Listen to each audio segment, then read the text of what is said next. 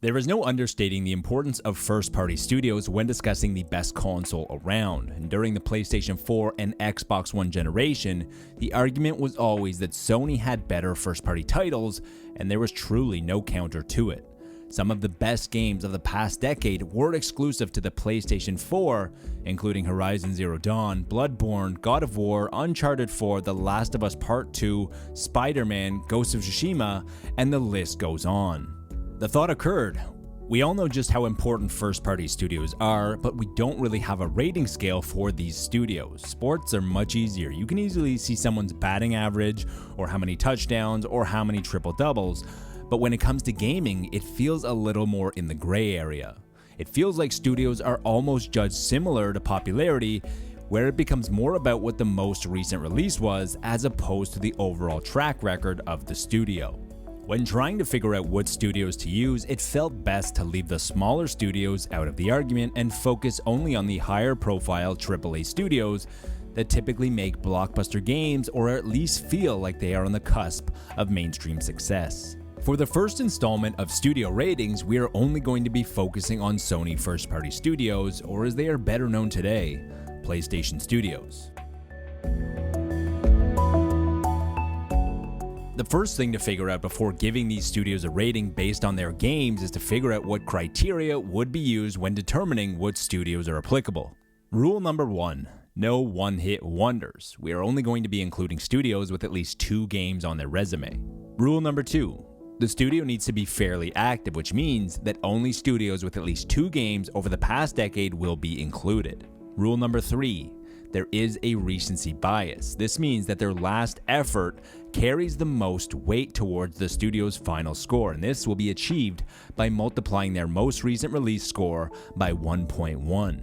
Before we start talking about the biggest studios in the portfolio, we will gather all of the smaller ones. The rest of the studios in the portfolio don't quite deserve the same recognition as some of the more household names. Housemarque had mostly focused on their smaller indie arcade-style titles before 2021, which means that it will be really interesting to see how the studio uses the success of Returnal to springboard the studio's popularity with their next title. And Sony Bend feels like they are on an upward trajectory after the release of Days Gone that didn't fare overly well with critics, but had a lot of impressive features and potential.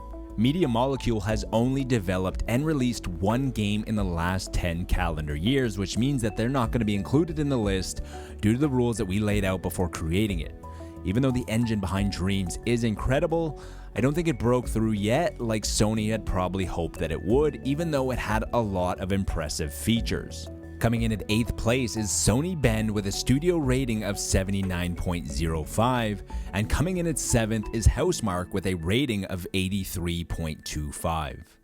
If there is one pattern to see with PlayStation Studios, it's how they have all evolved over the last 2 decades, and there is no exception for Sucker Punch Productions, who have come a long way since their first PlayStation title, Sly Cooper and the Thievius Raccoonus in 2002. The game was both a critical and commercial success as it spawned 2 sequels that followed shortly after in 04 and 05, both of which were developed by Sucker Punch, but even many years later in 2013, Sly Cooper was still being developed, although this time not by Sucker Punch that created it, as they had moved on to other projects.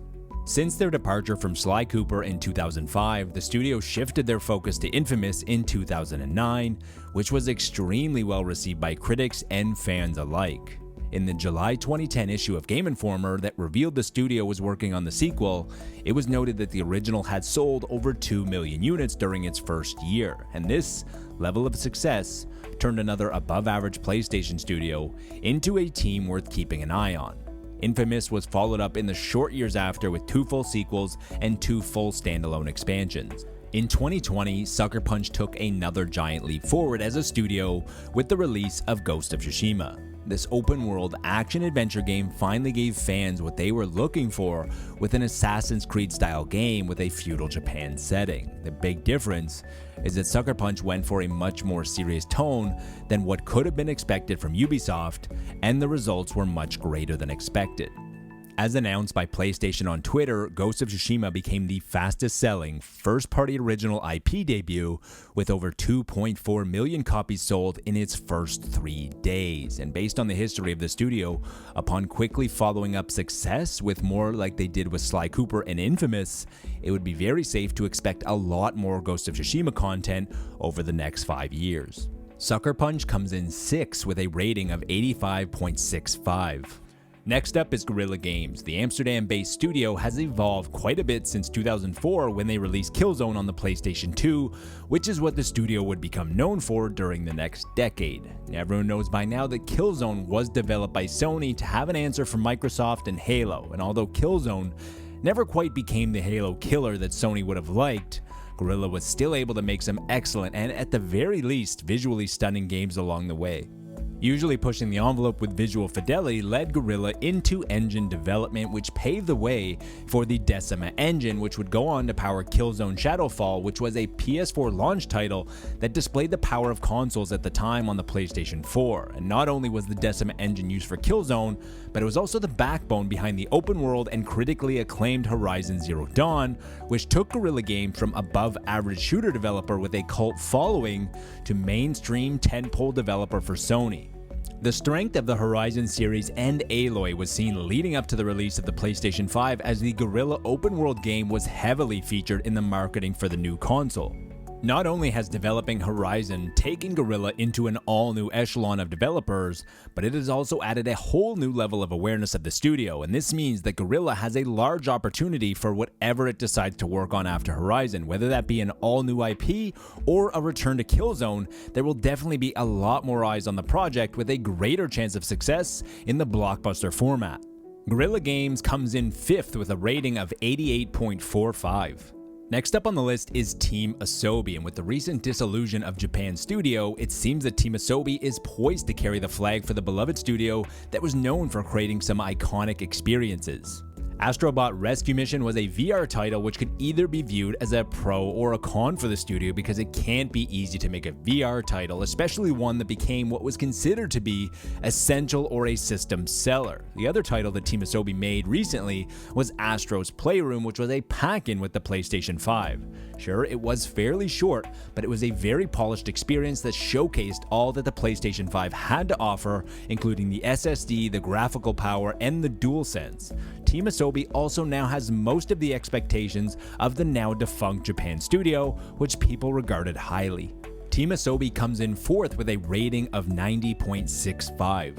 Next on the list is Insomniac Games, and it's hard to argue that any Sony first-party game development studio is on a hotter streak at the moment than Insomniac, who seem to be producing excellent games at an unbelievable rate.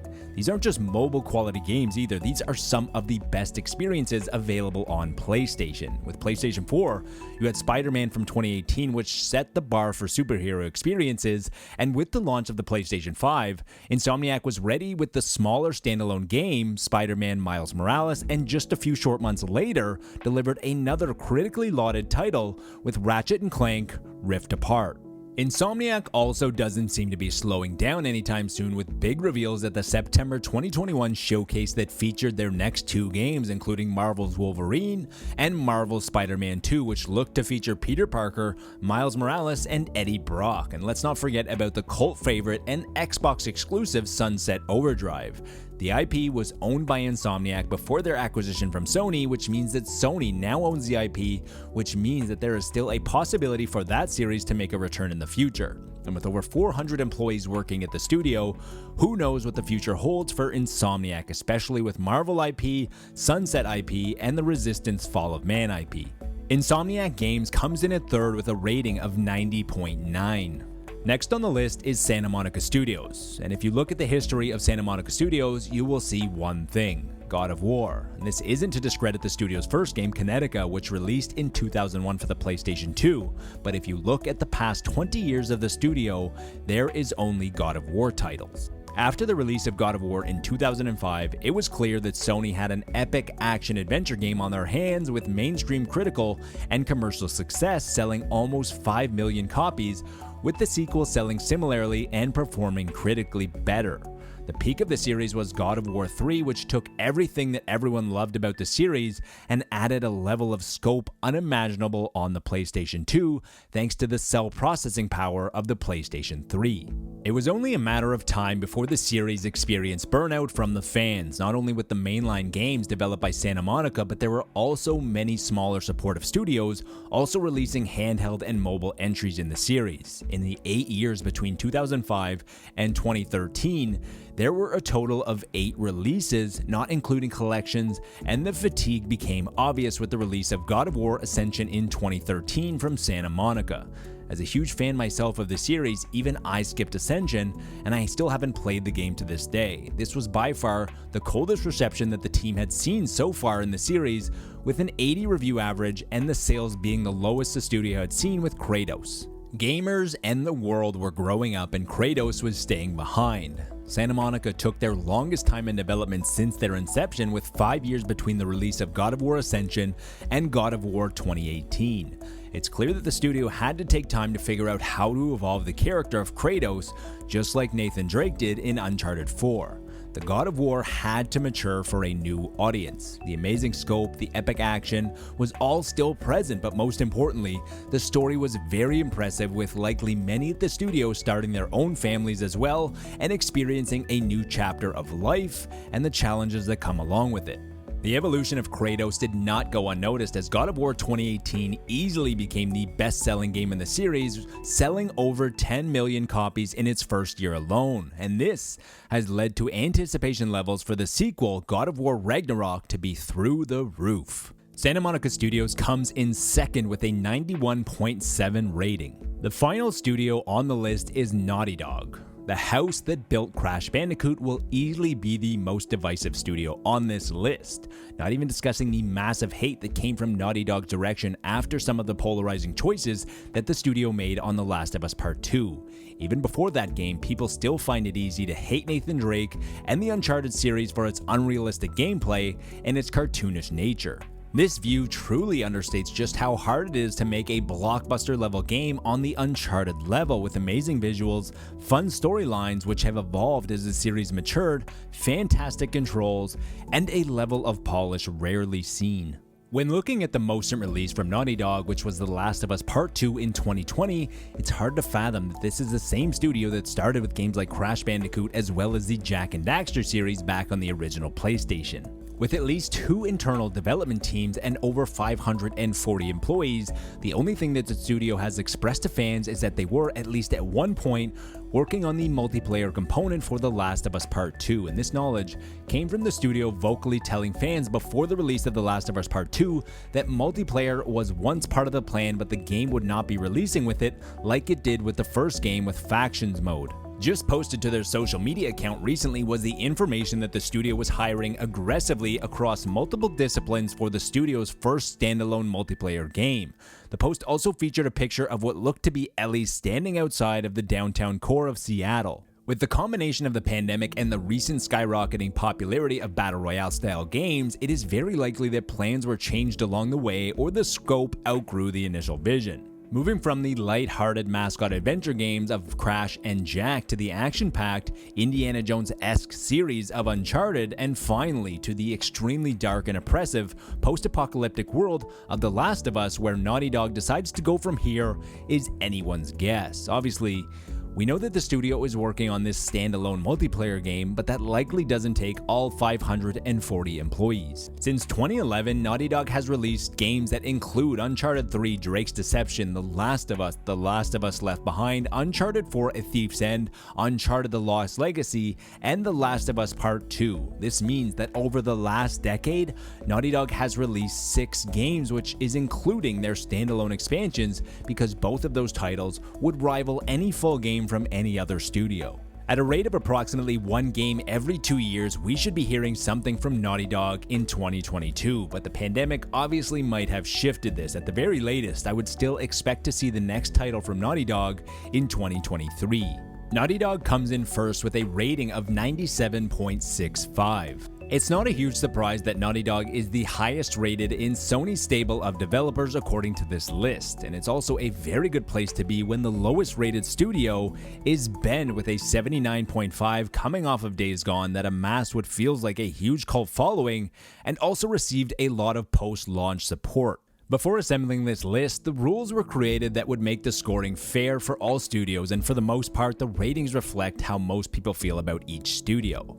We also didn't include Polyphony as they are only known for creating the Gran Turismo series that doesn't have the mainstream potential of the rest of these studios. The only studio that I feel looks slightly out of place on this list is Team Asobi, being as high as they are, but with their recent work, they have shown that they are more than capable of making a push into the mainstream. If you enjoyed the video, please consider subscribing, leaving a like, and let me know in the comments below what your favorite PlayStation studio is.